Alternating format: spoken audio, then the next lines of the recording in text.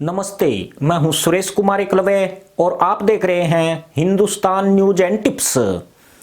Joe Biden को राष्ट्रपति बने 5 महीने से ज्यादा हो चुके हैं, उन्होंने दुनिया के लगभग हर बड़े राष्ट्राध्यक्ष को फोन किया है, लेकिन इमरान के गिड़गिड़ाने के बावजूद उनसे बात नहीं की है। पाकिस्तान में इसका यही मतलब निकाला जा रहा है कि अमेरिका की दृष्टि में मदरसा मुल्क या इमरान लोडी की कोई अहमियत नहीं है, मगर इसके बाद भी इमरान धूर्त मुल्ला पॉलिसी को अमेरिका पर इस्तेमाल कर रहे हैं।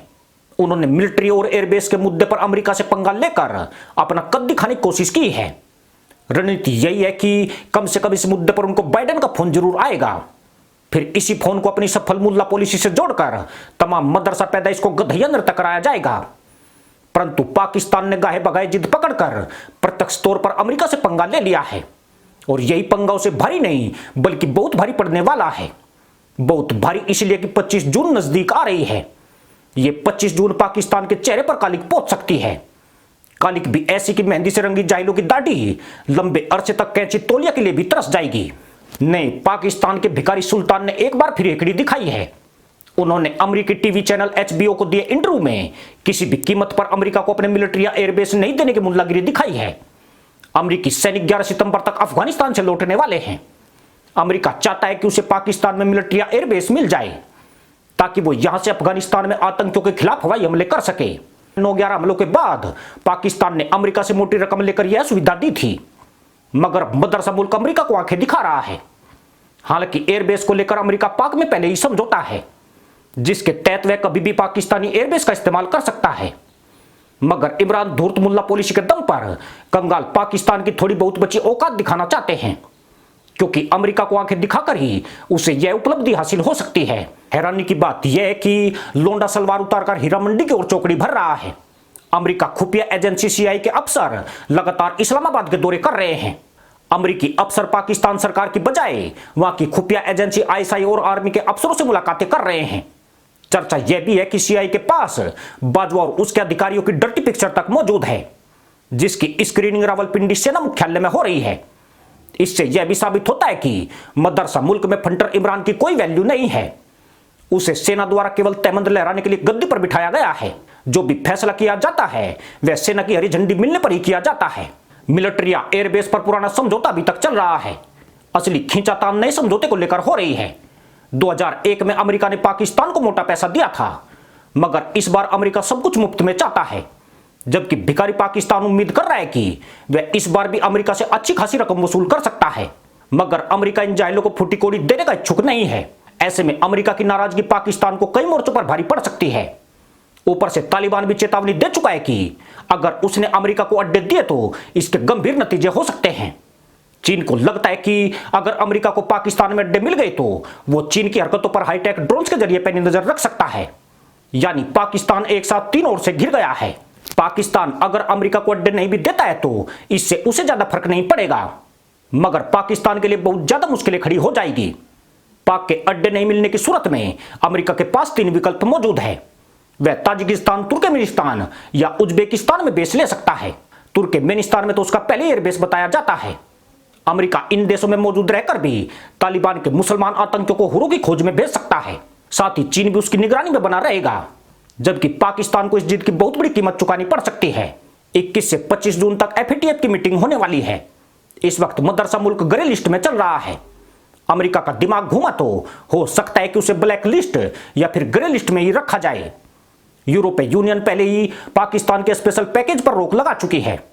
खास बात यह है कि बगैर अमेरिकी सहयोग के पाकिस्तान FATF की ग्रे लिस्ट से बाहर नहीं निकल सकता है। ऐसे में पाकिस्तान के लिए करो या मरो वाली स्थिति बन गई है। कहने वाले तो यही कहते हैं कि सेना मिलिट्री या एयरबेस देने के लिए घुटने टेक चुकी है और बात सिर्फ सौदेबाजी पर अटक रही है। इस सौदेबाजी में पाकिस्तान की FATF से मुक्ति भी एक शर्त है। मई के दूसरे हफ्ते में अमेरिकी NSA जैक सुलिवन ने सीनेट को बताया था कि पाकिस्तान की सरकार अमेरिका को मिलिट्री और एयरबेस देने के लिए तैयार है और वो हर मामले पर सहयोग भी कर रहे हैं। उस लिहाज से यही लगता है कि मुल्ला जी बेवजह तहमंद उधेड़ रहे हैं। इनकी तशरीफ पर पहले गर्म चिमटे से नए पाकिस्तान के टैटू बनाए जा चुके हैं। इस हकीकत की तस्दीक खुद पाकिस्तानी मीडिया भी कर चुकी है। रिपोर्ट के मुताबिक CIA चीफ पिछले दिनों इस्लामाबाद की सीक्रेट विजिट पर आए थे और उन्होंने आर्मी चीफ बाजवा और ISI चीफ जनरल फैज से मुलाकात की थी। वह अपने साथ कुछ फाइल और CD भी लेकर आए थे।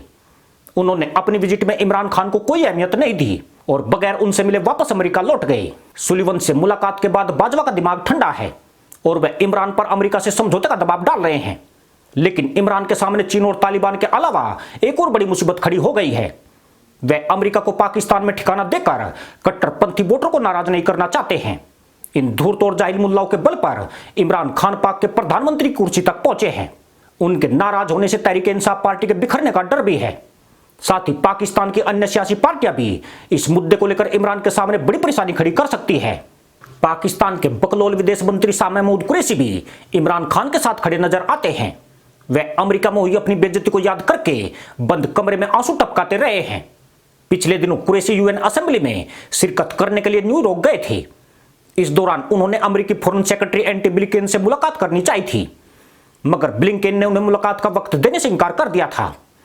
अमेरिका में हुई पाकिस्तान की बेइज्जती उन्हें कांटे की तरह चुभ रही है, जबकि उनके न्यूयॉर्क जाने से पहले पाकिस्तान में गधैया नृत्य शुरू हो चुके थे। क्यास लगाए गए थे कि कुरैशी और ब्लिंकेन में बड़ी बैठक हो सकती है। दरअसल पाकिस्तान आज भी मुगलकालीन धूर्त मुल्ला पॉलिसी को वर्तमान परिदृश्य में कारगर मानता है। धूर्त मुल्ला पॉलिसी में झूठ, छल और दिखावे के अनगिनत चैप्टर मौजूद है। यह पाकिस्तानी मुल्लाओं के अंदरूनी हालातों पर तो लागू होती है, मगर गैर इस्लामी देशों में इसकी सार्थकता समाप्त हो चुकी है। अमेरिका के सामने पाकिस्तान दिखावे वाले चैप्टर का इस्तेमाल कर रहा है। वह ऐसा दिखाने की कोशिश में है कि कंगाल मुल्क किसी भी शक्ति के सामने नहीं झुक सकता है, जबकि सच्चाई यह है कि कंगाल मुल्क अफगानिस्तान के सामने तक नहीं टिक सकता है। चीन के हाथ में गिरवी पड़े इस मदरसा मुल्क की कितनी औकात है, यह अमेरिका अच्छी तरीके से जानता है। अमेरिका सिर्फ संकेतों के जरिए पाकिस्तान को समझा रहा है। वह अपने विकल्पों का इशारा भी पाकिस्तान को कर चुका है। ऐसे में पाकिस्तान के सामने ज्यादा रास्ते नजर नहीं आते हैं। इमरान खान को देर सवेर अमेरिका के आगे झुकना ही पड़ेगा। जहां तक जो बाइडेन की इमरान से बात करने की बात है, तो उसकी आवश्यकता अमेरिका महसूस नहीं करता है। इमरान पर भिखारी पीएम का लेबल लगा हुआ है। ऐसे लीडर से बात करना दुनिया के सबसे शक्तिशाली नेता का अपमान ही माना जाएगा। यूं भी अमेरिका छुट भैया नेताओं को ज्यादा अहमियत नहीं देता है। इमरान लोंडा पाकिस्तान का मोदी बनने के ख्वाब देख बैठा है, पर उसे मालूम नहीं है कि दुनिया में बस एक ही मोदी है जो सिर्फ और सिर्फ भारत माता के दिल में बसता है। इसी के साथ अनुमति दोस्तों, जय जवान, जय किसान, जय हिंद, वंदे मातरम।